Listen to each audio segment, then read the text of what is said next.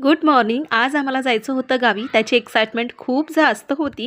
त्या अगोदर मी आयशला तयार केलं, त्याचं दूध तयार केलं होतं, त्याचा नाश्ता तयार केला होता आणि माझ्यासाठी सुद्धा मी नाश्ता आणि माझा लंच एकच होता डोसा, तो सुद्धा मी करून घेतला आणि आता आयशला व्हॅनखाली ड्रॉप करते आहे. आज आयश स्कूलला जाणार, नंतर डे केअरला जाईल आणि त्यानंतर मग आम्ही संध्याकाळी गावी जायला निघू.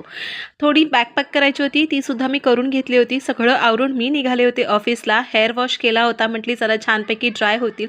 तोपर्यंत निवांत वेळ होता, आपण थोडंसं वॉक करूया, कारण आज ऑफिसमध्ये थोडा निवांत माझं काम झालं होतं, म्हणून म्हटली चला वेळ घालवूया. छान 11:30 वाजताची बस पकडली होती रात्री. दीपकचं काही फिक्स नव्हतं, पण त्याचं अर्धा तास अगोदर कळालं की चला आपण एकत्र जाऊया. त्यानंतर सकाळी एवढं थंड वातावरण होतं ना गावी, काय तुम्हाला सांगू. सगळ्यांसाठी मामीने मस्त असा नाश्ता बनवला होता. माझे सगळे दीर ना लग्न घर होतं म्हणून जे जे काही सामान आणणार होतं ना त्यांच्याकडे लक्ष देत आहेत. तोपर्यंत लापसी उपमा बनवला होता. माझा काही उपवास होता, मी खाणार नव्हती, तर म्हटली दीपक तू खाऊन घे आणि आयशलासुद्धा भरवून घे.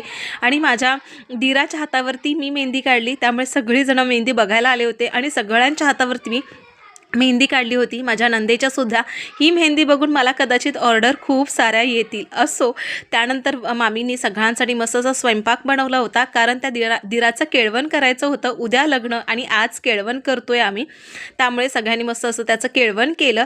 त्यानंतर आयशला मी भरवून घेते. मी काही जेवणार नव्हती, संध्याकाळी उपवास सोडणार होता. त्याआधी मी जाऊन आली होती दीपकच्या मावशीच्या घरी, कारण माझ्या एका हातावरती मेहंदी काढायची होती. ही मी काढली. व्लॉग आवडला तर फॉलो करा. बाय.